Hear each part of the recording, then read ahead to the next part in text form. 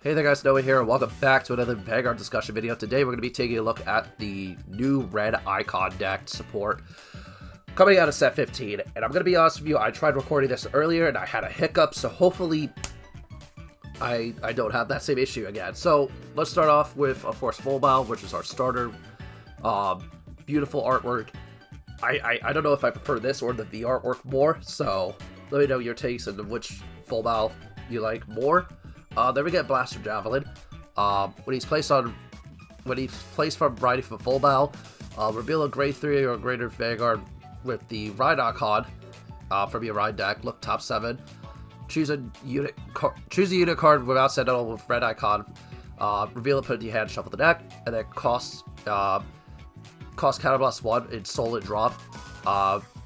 Put this into the Ride deck, and then search your deck or drop for 1 Blaster Dark with Ren Icon, reveal it, put it to your hand, and then if you search your deck, you shuffle your deck. So essentially this helps you search for your Blaster Dark because he's your main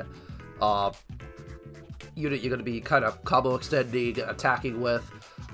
When he's placed on rear or van, you got a Ren Icon, cost Counterblast 1 or Energy Blast 3, choose you want your opponent's rear guard to kill it, and if it's placed on van, it's a specific, you draw 1, and then when he attacks, when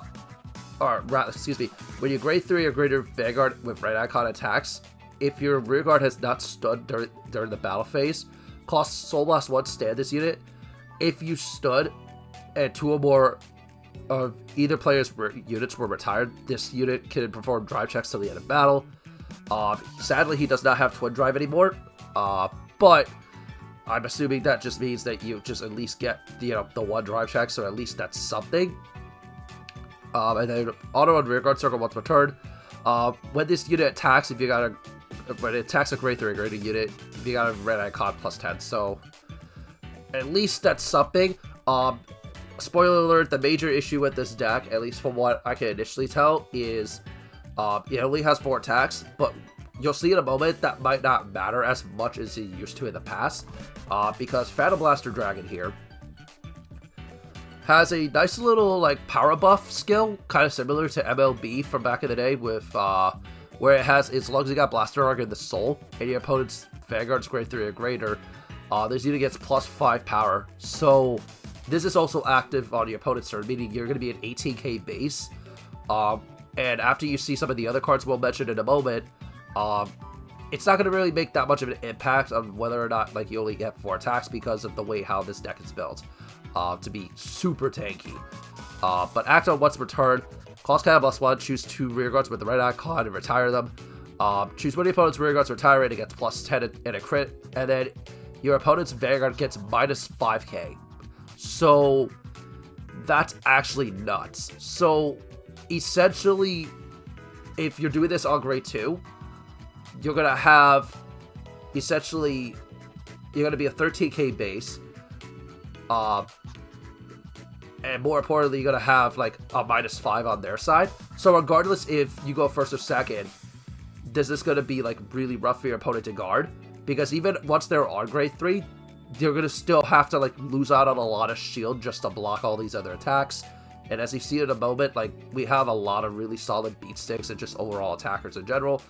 I'm thinking even just with Blaster Arc alone, getting that to go off the way it will, it's just universally strong, so can't complain. Then we got Witch of Nostrum, Arianrhod. When his unit is placed on rear, draw a card. If you drew, choose a card from your hand, discard it. And then when she's retired for a Ren Icon, she counts as 2 units. So essentially, she's kind of your main retire target, aside from another card we'll talk about in a moment. But I do think that's actually really good. Arianrhod, just a nice little filter, can't complain. Then we got Knight of Darkness Rugos. When he attacks, if you got a Ren Icon with a grade 3 or greater Vanguard with Ren Icon, gets plus 5, and then in drop, you can bind him when your Vanguard with Ren Icon is attacked to give that unit plus 10 until the end of battle. And this is a hard once per turn, so you can't use it more than once. So solid utility. Don't know how many copies of him were run, but honestly, not a bad option, honestly, for shield. Then we got Dark Mage Badhabh. So Badhabh has the nice little thing where he could cross Persona Ride with Phantom Blaster. But if your Vanguard's got a Ren Icon, you can get all the following. When it's placed on van or rear, and if you did look from his effect during this turn, you can look at top 5 and choose one unit card with the red icon, call its rare, and shuffle the deck. So this helps you, again, filter even further, help you find other pieces. But again, hard wants per turn on that skill. And then when he attacks, if Vanguard's grade 3 or greater, this unit gets +5 to end the battle. And more importantly, Continuous on Guardian, this unit gets +10 shield. So, get shield value. That's actually pretty good. Kind of helps make up for the fact that this deck only has 4 attacks, right? Then we got Black Sage Charon. If you got a grade 3 or greater Vanguard with Ren Icon and all of your rear guards have different card names from this unit, cost Soul Blast 1, call it to rear. And if your opponent's Vanguard's grade 3 or greater, she also gets +5. So essentially, she's a Maple clone for Soul Blast, which isn't too bad. But more importantly, active drop. If your grade 3 or greater Vanguard has Red Icon, cost remove 2 copies of her to countercharge 1. So, not bind, just straight up, like, remove from game. So, this helps make up for any potential counterblasting issues that you may have later on down the line in the game where you may not have enough CB to do all your effects. Honestly, I really like that, especially since we're going to be counterblasting quite a bit depending on which cards we actually use, so that's good. Then we got Darkness Maiden Macha. When it's placed on rear, if you got a red icon, cost counterblast 1, perform more on the ability, following, draw a card, or search your deck for one or less card with red icon or a Blaster Dark and call it to rear. And if you search your deck, shuffle the deck. So it either searches the deck or drop for it. And then Continuous on Rear Guardian. If your grade 3 or greater Vanguard has a red icon, this unit gets +5,000 power and shield. So again, 10k shield universally across the board between her, 5-car, Rugos. So like, the tankiness of this deck is actually way more impactful. And then when you combine that with Phantom Blaster's own effect to make it an 18k base, suddenly you're sitting there, you're realizing, okay, maybe this isn't so bad that it only has 4 attacks, considering that it has a fuck ton of shield and defensive value. So I really love that. I really do appreciate that. And finally, the last main card that we got to talk about is, of course, Skull Witch Nemain. She's a 5k, but for reasons we'll go into in a moment, that really doesn't matter in hindsight. When it's used placed on rear, if you got a Vanguard, grade 3 or greater Vanguard with red icon, cost Energy Blast 3. Put a card from your hand to the soul and draw 2. So just a nice little pot of green effect for an Energy Blast. It's really solid. Then Continuous on rear. If your Vanguard has a red icon, this unit gets +5 just in general, right? So this is always going to be active on turn 2, so that's actually not bad. Then if your opponent's Vanguard is grade 3 or greater, this unit gets boost. So a nice little 10k booster, allows you to pot of green. And the last major thing is that she also counts as like 2 units when being retired for a red icon. So again, more combo food for Phantom Blasters. So honestly, can't complain. And then obviously we get our triggers and our PG. I'm really looking forward to upgrading my deck into specific for Luard as well with all these triggers, because I probably will get use out of all these. I think there's a couple major things I will say. I know that getting only 4 attacks is not the best thing in the world, but at the same time, honestly, I can't necessarily complain, especially with how tanky this deck actually is. And then when you combine it with other generics as well, like Biscotti, and some other cards that I'm probably forgetting off the top of my head. If you want to run like an order package, Sargon could be an option, but I don't know what order you would run with this. There's a lot of options we have in the deck, and then there's also even more like just defensive options we could potentially run with this deck as well.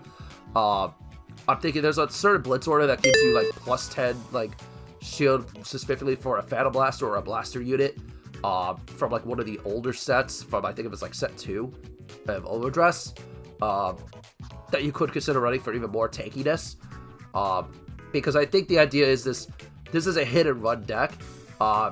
Minusing power is also really nice. This is the first time in Shadow Paladin that we've actually had this sort of effect. So it really does make up for the fact you only get 4 attacks. But more importantly, if you combine this with something like Red OT, Blaster Dark gets to swing 2 times with 2 drive checks, and it means even more tankiness. Alternatively, you could still go Keter OT. Alternatively, you can still go other. I'm sure there's like at least one really good Universal OT that I'm not thinking of on the top of my head. But I think Red OT is probably going to be the one that everyone kind of comes to terms with this deck. just simply because it just allows you to just be super fucking tanky in general, right? So I do see a world where this deck just gets really insane with the numbers, gets really good with just overall guard value. So I don't think you will need as many generics with this deck, funnily enough. Like, Primordial Hearthblaze or even the Grail probably will be good, so that way you can always consistently Persona Ride as a Phantom Blaster. Because as much as I love Vibe Card, right, I don't like the fact that he doesn't really have a similar effect to make up for it, for the fact that you're, like, Persona Riding with him. So I kind of, at that point, he doesn't have the minus power, which is really the big thing, right? So I think with this deck, you're always going to want to Persona Ride with Phantom Blaster. So we're going to have to find ways to actually make that a little more consistent, is more or less where I'm getting at. Cocoa is also an option, if you could afford her. I don't think you really need her in this deck as well, because with how much searching you're doing in general, how much drawing this deck is naturally doing, I don't see a world where you need it. And you can mess around with like the ratios as well with this, but just immediately off the rip, I do really love this deck already. When it gets updated on CFA, I'm going to experiment with it, because I do think there's certain ways you could take advantage of this, and I'm actually really looking forward to seeing how this actually plays out in actual tournaments and whatnot. I don't know if I'll take this or Luard for like the little fun tournament, and who knows, maybe I'll end up liking it so much that I feel confident enough taking it to both Day 1 and Day 2 for Summerfest. But regardless, let me know your takes in the comment section below. Are you excited for this? Or is there something that you wish that this deck actually had that it just straight up doesn't? Let me know in the comment section. Until next time, this is Noah, and I'll catch you guys later. Bye, everyone.